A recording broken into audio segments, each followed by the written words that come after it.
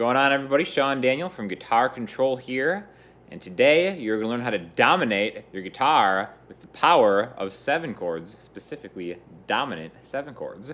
So make sure to click the tab sheet below with the link provided under this video, because we're going to go through what these 7 chords are, 7th chords are, where they are, and how to use them in a musical context. So basically, dominant 7 chord. If you've ever seen like a G7 or a C7, something looks like this or this.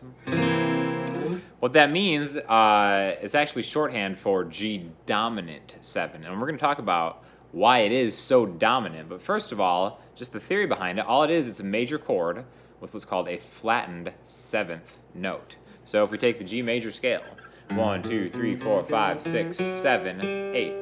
To make a G major chord, you take the first note, the 3rd note, and the 5th note. If we want to make this dominant, if we want to start dominating, we find the 7th note in that scale. Right now I'm on the 4th fret of the D string, and we flatten it. Okay? So just by making that one small adjustment, we open up a whole world of domination. So if we were to arpeggiate, play the chord one note at a time, we'd get a 1, a 3, a 5, and a flat 7.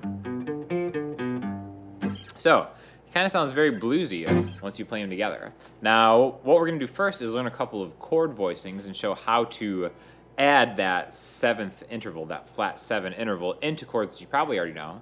And then we're going to talk about kind of where you would use this type of thing. So we're going to stick with G, because I think it's one of the most, probably the easiest 7 chord you've ever seen. In G7, you can play just like this. If you play the bottom 4 strings and just hold down that first note on the E string, an F. So it's a G chord, but with an F added. Okay?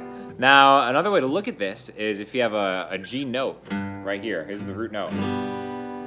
The 7 chord, the flat 7, is always going to be 2 frets lower than your root note. So remember, we added an F to a G chord. Now you can actually play it like this.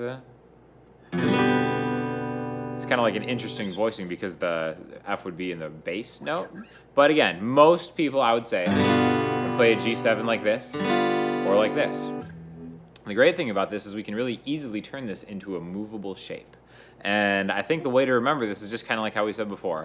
2 notes below the root note is where that 7th interval exists. Now if you think of a G on the high E string is the 3rd fret. So we can easily find that just by going to the 1st fret and getting the bottom 4 strings.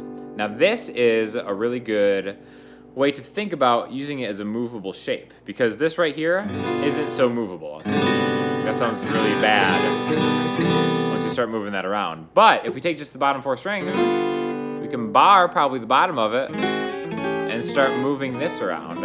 And it's really easy to conceptualize as far as where this would go. You just find a root note on your high E string, which is a great thing to do to start maybe memorizing the names of some of these notes, like E, F, F sharp G, G sharp A sharp B, C, C sharp D, D sharp E, and then moving around. So if you wanted to play a D sharp 7, a D sharp dominant 7, you'd find a D sharp, which is the 11th fret, and then go 2 frets back, and then kind of bar it. And then you end up getting this G7 shape, but you can use it anywhere. In fact, we can even take the next octave of this by just tracking all the way down here.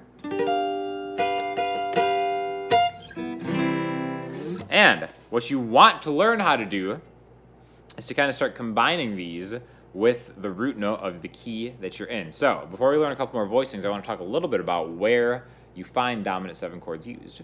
So they exist only on, technically speaking, only on the 5 chord in any key. So the reason you might see a G7 a lot of the time is because the key of C major is a very popular key.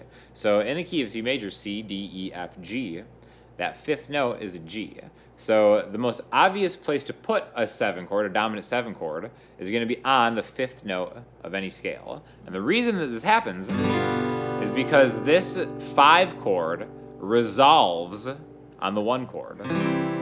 And I know sometimes like the numbers can be kind of confusing if you haven't talked about it, like the 7 chord is the 5 chord of the 1 chord, stuff like that. But basically remember that the 7 in a dominant 7 comes from the note that you add from the major scale, which is a flat 7, like we talked about before. So once you add that flat 7 interval, the dominant 7 interval, to the 5 chord, it's going to create like a tension that needs to be resolved by the 1 chord.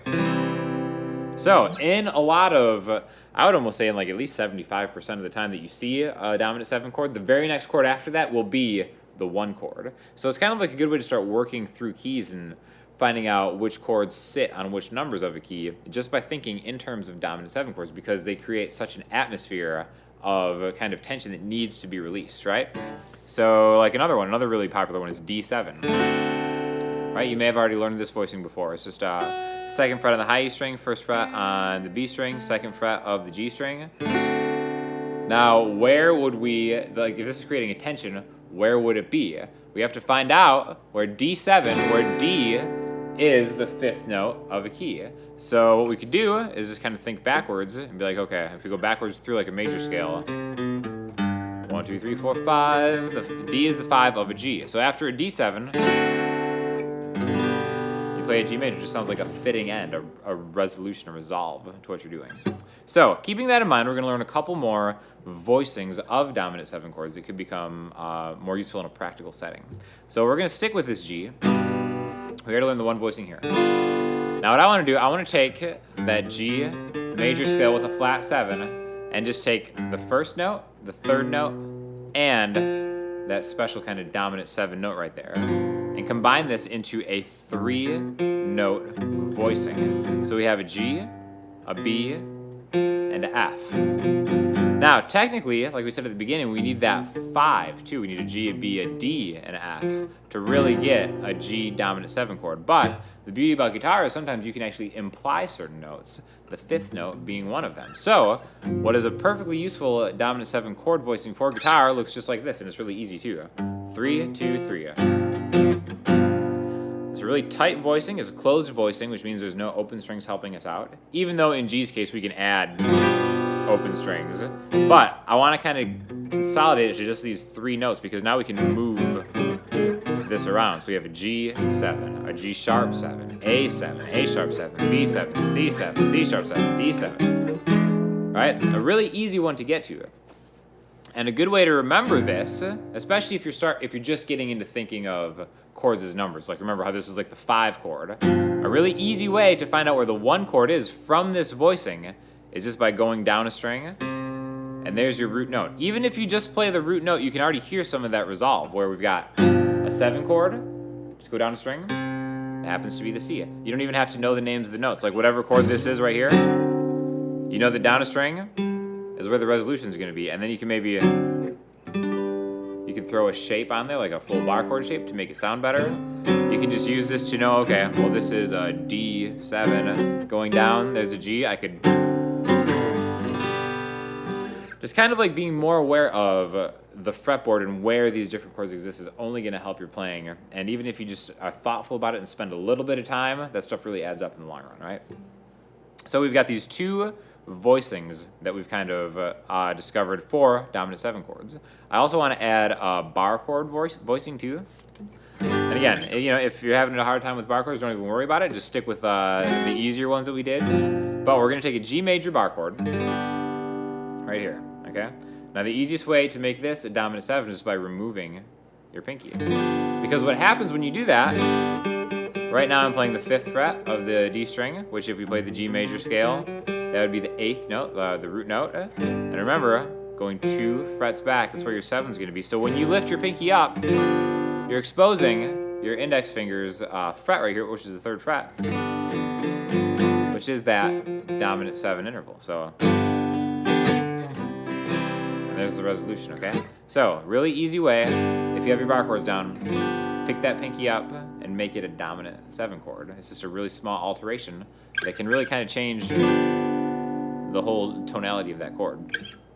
Now, something that the blues music does a lot is they'll use dominant 7 chords where maybe they're not supposed to be. Like you could turn every major chord into a dominant 7 chord, and that's something that a lot of cool blues songs do. For instance, like let's stay in the key of G, and if you watch some of the other music theory videos, you know that the 1st, 4th, and 5th notes of the scale become major chords. So G, A, B, C, D, 1, 4, 5, G, C, D, G major, C major, D major. Those chords go really well together. Now, like we said before, only that D, the 5th note, should become a dominant 7 one. But if we're playing the blues, we're breaking all the rules, right? It's a very primary understanding of the blues just to break those rules. Let's turn them all into dominant 7th chords. So let's start by just adding this one voicing where we have 3E, 2A, and 2D. Go to the C chord, to the G chord. I'm just going back from the 1 to 4, but making them both dominant 7 chords. Go to the 5. So, even though, according to the rules of the major scale, only that 5 chord should be able to be eligible for a dominant 7 chord, we can turn all of them into it and kind of start getting cool bluesy sounds just by using one voicing of it. Same thing with, we can maybe start shuffling voicings around to maybe make it a little bit more interesting. Like for that C7, let's maybe, for the C and the D, let's use that first voicing that we went to. So again, remember, we just find a C on the high E string, which is the 8th fret, go back 2, and that's going to be our C7 voicing. The D is always just 2 frets higher than a C, and then we can end it on that G. So maybe that first G, when we use the bar chord for. Then when we go to the 4 chord, we're going to think of a C with 2 frets back.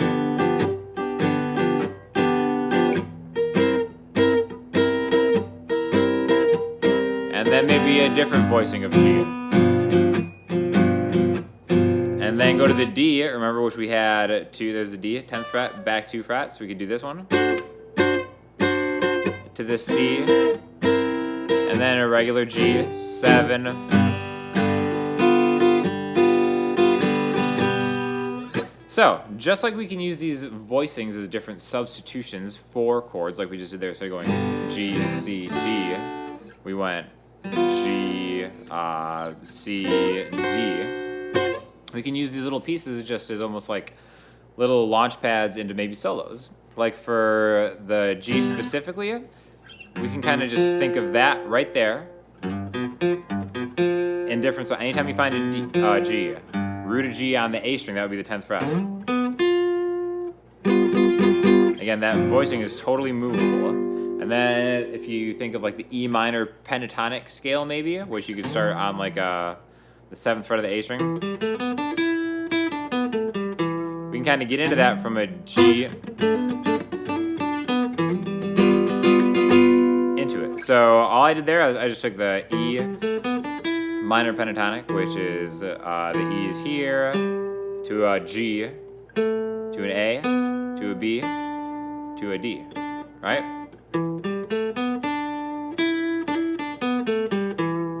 And then we can kind of jump into 7 voicing from there, into something you're more familiar with. And again, we could do that with any key. It's all movable options that you have. So basically, this is kind of like a crash course in using 7 chords, dominant 7 chords. Again, that's the most important thing. Like if you see an A7, some people think like A7, oh, is that an A major 7? No, dominant. It's almost kind of strange that they're omitting the word dominant, which is a very powerful word just to shorten the chord thing into just a letter and a number. But always know, whenever you see a letter and the number 7, that means dominant 7. And it most traditionally happens on the 5 chord, but by no means does that mean you should be limited to how you use them. So if you absolutely dominated that lesson, you learned a lot, make sure you click some of the surrounding videos, because while there's only one dominant 7 chord, there's also very, very important information to be had by clicking on any of these fine videos. So as always, please let us know what you think of it, and if you have any feedback, and hit us up in the comments, and we'll get back to you as soon as we can. Thanks.